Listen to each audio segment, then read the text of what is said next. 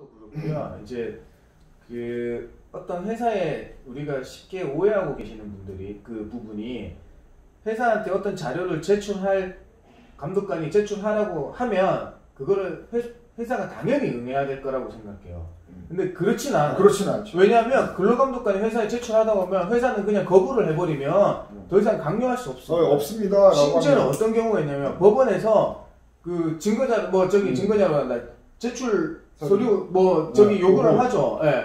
그렇더라도 안 되는 데 많아요. 많죠. 네.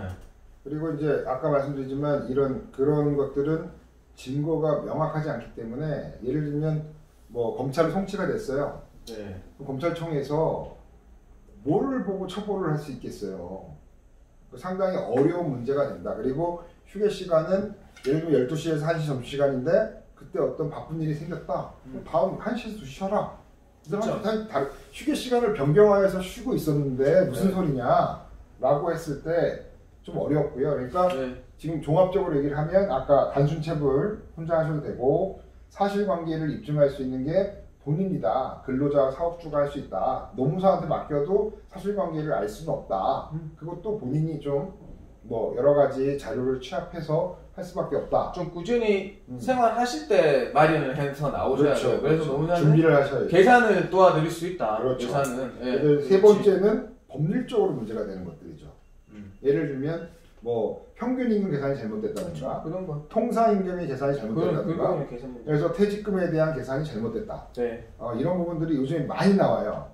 그래서 이제 사실은 오늘 얘기를 조금 더 못했던 부분이 이제 퇴직금에 대한 문제들이 좀 있어요. 얘기하시면 퇴직금에 대한 얘기를 하면 퇴직금이 이제 2012년 7월 26일인가요? 그때 이제 한번 큰 변혁기가 있었죠. 그죠? 근로자 퇴직금 보장법이 하면서 이제 중간정산이 이제 원칙적으로 금지되고 예외적으로 허용되는 거잖아요. 그러다 보니까 예전에는 13분의 1 해서 연봉의 13분의 1 해서 매년 퇴직금을 중간정산 해왔었죠. 물론 이제 거기에 중간정산 신청서가 있고 유효한 그 퇴직금 중간정산이었냐는 변론으로 치고 그렇게 왔는데 그러다 보니까 그 다음에 생긴 것들은 세금 제도가 퇴직금 보장법 때문에 정비가 됐죠. 크게 뭐가 됐죠? 크게 보면 퇴직연금과 법정 퇴직금을 퇴직연금과 법정 퇴직금이 있는데 그 중에 퇴직연금은 이제 확정 기여형이라는 DC형과 확정 급여형이라는 DB형 이렇게 두 가지로 크게 나눠지고 다른 IRP 이런 것도 있겠지만 두 가지로 크게 나눠지고 법정 퇴직금으로 됩니다. 그죠? 근데 이제 법정 퇴직금에서 보면 퇴직연금에서 보면 DB형 확정 급여형은 사실 평균 임금을 산출하는 거잖아요. 그 법정 퇴직금과 동일한데 그 유사해. 그러니까 법정 퇴직금 사용자가 가지고 있는 돈에서 나가는 거고 연금은 기본적으로 외부 기관에 맡기는 거니까 그거만 틀리지 DB형하고 법정 퇴직금은 같다. 근데 DC형은 어떻죠? DC형은 완전 다른 제도잖아요. 완전 다르죠. 중간정산의 효과를 내는 거죠. 그렇죠.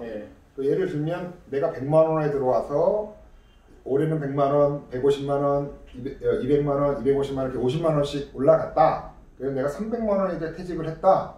그러면 DB형과 법정 퇴직금은 300만 원을 기준으로 해서 평균 임금, 퇴직 전 3개월 임금을 가지고 전기간, 입사해서 퇴사할 때까지 전기간에 대한 퇴직금을 줬잖아요. 지금 하는 반면에 DC형 같은 경우에는 그 각각 월급의 연봉의 12분의 1, 그러니까 임금, 1년 임금의 12분의 1을 넣게 돼 있잖아요.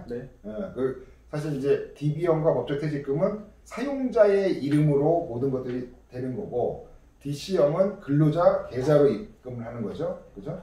12분의 1 DC형 같은 경우에는 근로자 이름을 가지고 그 항아리 구조인데 항아리 구조 쉬운데 DB형은 큰 항아리에 넣는 거고요.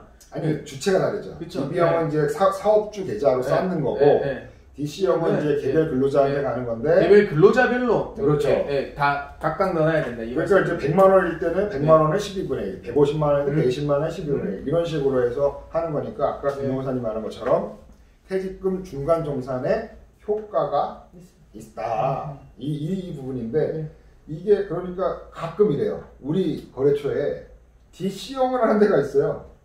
근데 DC형에 내 퇴직금 확정 기회형을 하는데 사장이 돈을 안 넣었어요. 그래서 나중에 퇴사할 때 보면 법정 퇴직금을 계산해서 넣어요. 예? 그런 경우 있어요. 그래서 왜 그러세요? 라고 했더니 자기가 돈이 없어서 매달 DC형에 못 넣었대요. 근데 사실은 그러면 그동안에 못 넣었던 거에 대한 12분의 1, 그 묻는 기간에 대한 임금 딱딱 계산해서 총액 12분의 1 넘으면 끝나는 건데 네. 물론 먼저 지연이 이런 거 빼고요. 네. 넣으면 되는 건데 그래서 제가 바로 잡았던 일이 있거든요.